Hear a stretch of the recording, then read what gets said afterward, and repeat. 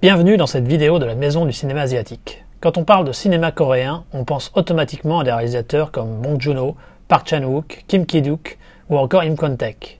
Mais ce faisant, on identifie le cinéma coréen à celui de la Corée du Sud.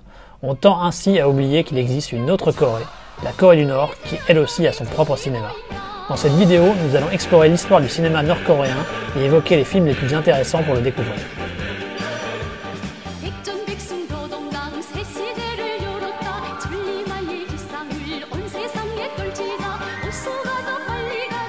À la fin de la Seconde Guerre mondiale, la Corée, jusqu'alors colonie japonaise, fut divisée en deux entités différentes sur une frontière définie au 38e parallèle. D'un côté, au nord, un régime calqué sur l'URSS stalinienne, avec à sa tête l'ancien chef d'un petit groupe de résistants aux colonisateurs japonais, Kim Il-sung. De l'autre côté, au sud, un régime capitaliste sous le patronage des États-Unis, avec un ancien exilé pour chef, Syngman Rhee. Solution originellement temporaire, jusqu'à ce que des élections régulières puissent être organisées, elle prit une tournure définitive en 1948, quand le Sud annonça devenir la République de Corée et que le Nord suivit peu après pour devenir la République démocratique populaire de Corée. Selon une citation connue de Lénine, le cinéma est pour nous, de tous les arts, le plus important. Ce fut le cas en Corée du Nord également. Grâce à l'aide soviétique, des structures permettant de produire des films locaux furent rapidement établies. Et en 1949 put sortir le premier film nord-coréen, My Home Village. Réalisé par Kong Hang-sik, on y suit Gwan Pil, un paysan exploité par son propriétaire terrien durant la colonisation. Incapable de supporter les injures quotidiennes dont il est abreuvé, il frappe le bourgeois et est envoyé dans une geôle japonaise. Là, il fait la connaissance de Hak-jun, un membre de la résistance menée par Kim Il-sung. Les deux hommes parviennent à échapper de prison et rejoindre la guérilla. Gwan Pil intègre la résistance et peut participer à la libération du pays. Le film est la première pierre dans l'élaboration de deux sous-genres qui seront des constantes du cinéma nord-coréen pour les décennies à venir. Les films dénonçant le système féodal d'exploitation coréen et ceux glorifiant la résistance anticoloniale japonaise. Ces deux sous-genres se basent sur une certaine réalité historique. La Corée ancienne fut en effet une société très inégalitaire et stratifiée où une certaine élite aristocratique exploitait une majorité paysanne. De même, il y eut bien une résistance locale active contre la colonisation japonaise. Mais se dégagent également des objectifs politiques évidents. La dénonciation du modèle ancien permet de légitimer la nouvelle société de la démocratie populaire. De même, le seul mouvement de résistance montré ici est celui de Kim Il-sung, et c'est lui qui délivre la Corée du joug japonais.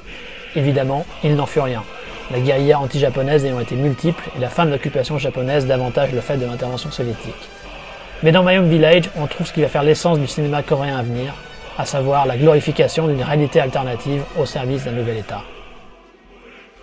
La guerre de Corée, qui commença l'année suivante, poussa la production locale dans une nouvelle direction, celle du soutien à l'effort de guerre.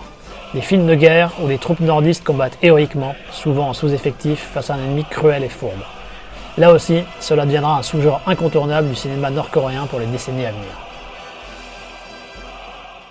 La guerre de Corée achevée en 1953, le pays commença sa reconstruction. Soutenu par les différents membres du pacte de Varsovie et profitant des infrastructures héritées de l'occupation japonaise, celle-ci fut achevée à un rythme rapide. Le nouveau régime put enfin s'atteler à l'édification de la société égalitaire et juste vers laquelle il était censé guider le peuple. Mais celle-ci se révéla loin de l'idéal communiste. C'est une société stalinienne, hautement nationaliste et pseudo-autosuffisante qui émergea. En plus des sous-genres précédemment évoqués, l'industrie cinématographique fut mise à contribution pour pallier aux déficiences du réel et montrer une image plus flatteuse de cette nouvelle société.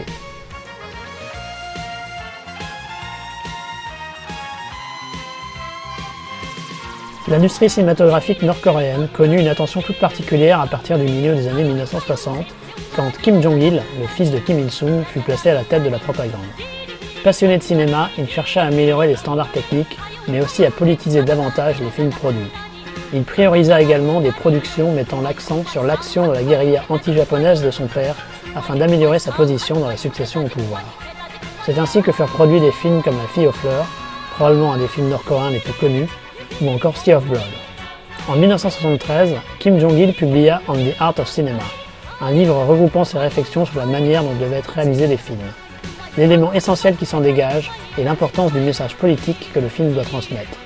Une idée au cœur de toute la production cinématographique nord-coréenne, à l'exception d'une période très courte, dans les années 1980, qui fut étonnamment à l'initiative de Kim Jong-il en personne.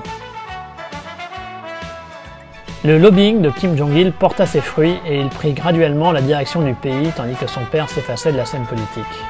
Ayant désormais les pleins pouvoirs et conscient de la perte d'influence que connaissait l'industrie du cinéma, il décida d'impulser une politique de production plus divertissante. Pour cela, il profita d'une autre politique nord-coréenne en plein essor, celle des kidnappings internationaux. Il fit ainsi enlever Choi Eun-hee, star féminine du cinéma sud-coréen des années 1950-1960, et son ex-mari, le réalisateur Shin Sang-ok. Avec leur aide, furent mises en place des productions destinées à élever les standards techniques de l'industrie et aux facteurs de divertissement nettement plus importants que les films jusqu'ici réalisés. C'est ainsi que furent produits Pulgasari, le premier et unique kaiju nord-coréen, Hong Kil-dong, un film d'arts martiaux sur une sorte de Robin des Bois coréen, ou bien encore Order No. 27, film de commando tendance action. Cette période représente l'âge d'or du cinéma nord-coréen. La fuite de Choi Eun-hee et Shin Sang-ok, ainsi que la chute de l'URSS quelques années après, mirent un coup d'arrêt définitif à cette politique de relaxation. La Corée du Nord entra dans la période la plus difficile de son histoire depuis la guerre avec le Sud, devant faire face à l'écroulement de son modèle économique, qui survivait essentiellement grâce aux aides étrangères, et à une série de famines. Dans ce contexte, appelé la Longue Marche par les Coréens du Nord, l'industrie cinématographique retourna à la production de films à message foncièrement propagandiste, dans une version toujours plus idéalisée du pays. Évoquons ainsi Myself in the Distant Future, dénonçant la nouvelle génération pas assez politisée au goût des autorités, ou la série des Nation and Destiny, qui propose des biographies largement idéalisées de personnalités célèbres qui ont émigré, de leur propre volonté, en Corée du Nord. Depuis que le pays est revenu de cette période difficile pour retrouver une relative stabilité, le cinéma nord-coréen n'est plus que l'ombre de lui-même. Des longs métrages sont bien encore produits, mais la concurrence des séries et films en provenance de Corée du Sud, passés en contrebande dans le Nord, ont porté un sérieux coup à l'industrie locale.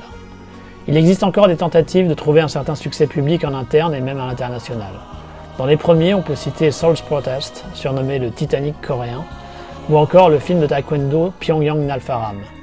Dans les seconds, évoquons Comrade Kim's Goes Flying, coproduit avec la Belgique et le Royaume-Uni. Maintenant que ce rapide historique a été fait, faisons quelques observations générales sur les films nord-coréens. D'un point de vue technique, le cinéma nord-coréen a atteint son pic à la fin des années 1960, début 1970. Par la suite, même durant l'âge d'or des années 1980, les équipements datés aboutissent à des photographies délavées qui donnent l'impression, même pour les productions récentes, que les films ont été produits 40 ans plus tôt. À cause de cette contrainte, les mouvements de caméra sont limités. Là encore, des efforts furent faits dans les années 1980, mais ils demeurent rares et bien faiblards par rapport aux standards alors en vigueur dans le cinéma du monde capitaliste. Peut-être à cause de ces contraintes techniques, les cinéastes locaux semblent incapables de mettre en valeur la beauté de leur pays. Il y a pourtant de quoi faire dans certains paysages évocateurs de la campagne nord-coréenne ou dans l'esthétique fascinante de Pyongyang, mais tout y apparaît plat et sans envergure. Thématiquement, les films cherchent toujours à faire passer une idée alors mise en avant par la propagande, parfois des plus triviales. Ainsi, dans The Met on the Taedong River, c'est pour promouvoir les emplois manuels, manifestement pas assez appréciés par la population. D'autres promeuvent un meilleur respect du code de la route ou un plus grand soin accordé aux récoltes de fruits.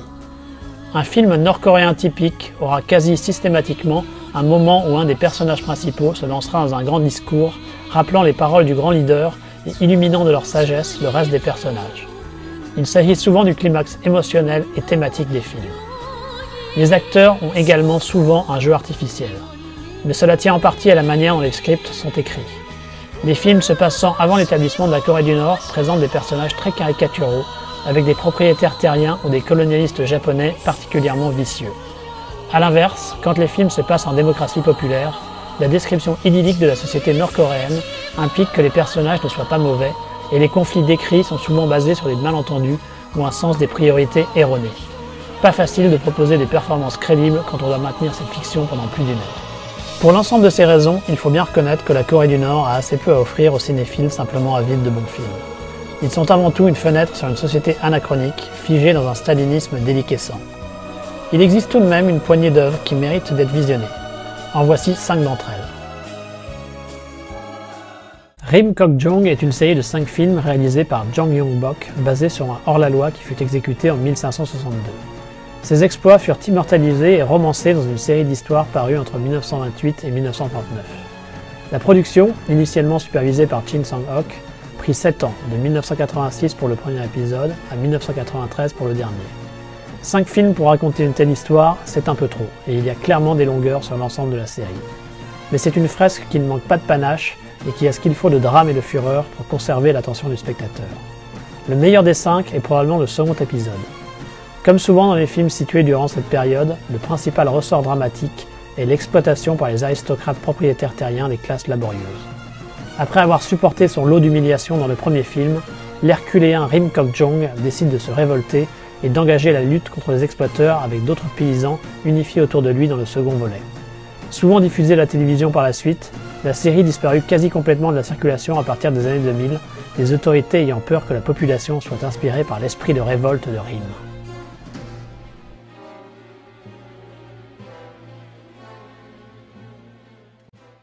Pulgasari est probablement un des films nord-coréens les plus connus. Souvent tourné en dérision, il représente pourtant ce que le cinéma de Corée du Nord a de mieux à offrir. Il fut réalisé essentiellement par Shin Sang-ok, mais terminé par son assistant, Chong Gon-jo, suite à la défection de ce dernier. Véritable blockbuster local, la production fit appel à une quinzaine de techniciens de la Toho ayant officié sur les Godzilla afin de donner vie au monstre titre. Là encore, il s'agit de révolte paysanne contre le pouvoir féodal, ici incarné par un roi tyrannique. Mais la touche Shin Sang-ok fait que le message est asséné de manière moins lourde que d'habitude. On peut même se demander s'il n'y a pas un sens caché derrière la description de ce roi qui affame son peuple pour privilégier son armée. D'un point de vue technique, le film se tient plutôt bien, avec des effets spéciaux au charme certain. Bien sûr, on a parfois l'impression de voir un film des années 60, une version coréenne de Daimajin en quelque sorte, mais c'est le lot de la quasi-intégralité du cinéma nord-coréen et n'enlève rien au caractère sympathique de ce kaiju. Petite tricherie ici, car Gandahar n'est pas une production nord-coréenne. C'est un film d'animation par le meilleur réalisateur français du genre, René Laloux. S'il est cité ici, c'est parce que le film a été en grande partie réalisé en Corée du Nord. Adapté d'une nouvelle de l'auteur Jean-Pierre Andrevon, intitulée Les Hommes-Machines contre Gandahar, on y suit Sylvain dans son enquête sur la présence d'étranges hommes-machines qui anéantissent toutes les formes de vie de sa planète. Tourner à l'étranger n'était pas quelque chose de nouveau pour Laloux, dont les sympathies gauchistes et des coûts de production plus réduits l'avaient conduit à réaliser La Planète Sauvage en Tchécoslovaquie et Les Maîtres du Temps en Hongrie. La Corée du Nord avait d'ailleurs déjà une certaine expérience dans la fabrication de dessins animés, s'y étant essayée dès 1957. Mais la relocalisation de la production en Corée du Nord aboutit à de nombreuses difficultés pour l'équipe française. Ainsi, l'apparence très dénudée de certains personnages fut source de troubles pour l'équipe nord-coréenne. Ou bien encore l'impossibilité d'afficher des images autres que celles des leaders sur les murs nécessita des solutions plus créatives pour y pallier. Malgré une production difficile donc, le résultat fut une œuvre de science-fiction de grande qualité. L'expérience marqua également les débuts d'une régulière et fructueuse sous-traitance par le studio d'animation nord-coréen pour les compagnies productrices de dessins animés à travers le monde.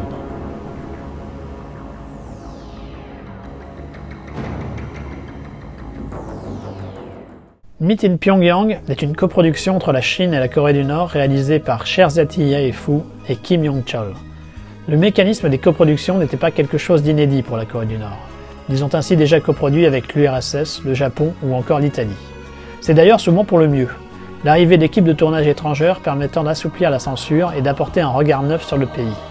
C'est bien ce qui est arrivé sur Meet in Pyongyang.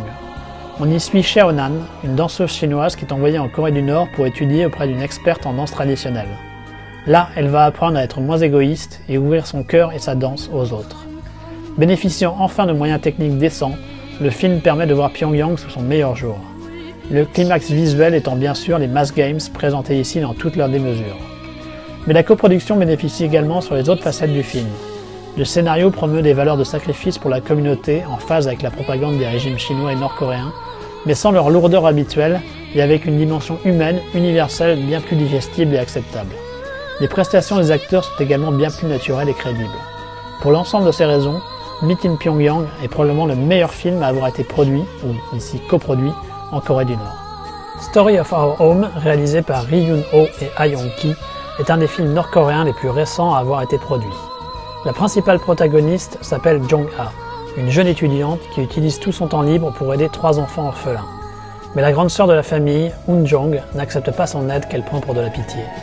Ce mélodrame fut inspiré par une histoire réelle qui parvint même à atteindre les oreilles de la presse internationale. Grande nouveauté pour un film nord-coréen, la photographie, la réalisation et le montage sont nettement plus modernes et dynamiques. On a enfin l'impression de voir un film correspondant à son année de production. Les prestations des acteurs sont également notables pour leur naturel et leur capacité à exprimer leurs émotions, élément essentiel s'il en est pour un mélodrame. Dans ce registre, Story of Our Home est donc une vraie réussite. Dommage que le film retombe dans les habitudes nord-coréennes de glorification du leader et du parti dans son dernier tiers.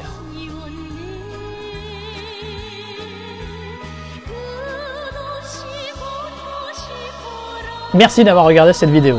J'espère qu'elle vous aura donné une meilleure compréhension du cinéma de Corée du Nord et donné envie de découvrir certains de leurs films. N'hésitez pas à poster vos questions ou observations dans les commentaires, je ferai une vidéo pour y répondre. En attendant, je vous dis à bientôt sur la Maison du cinéma asiatique.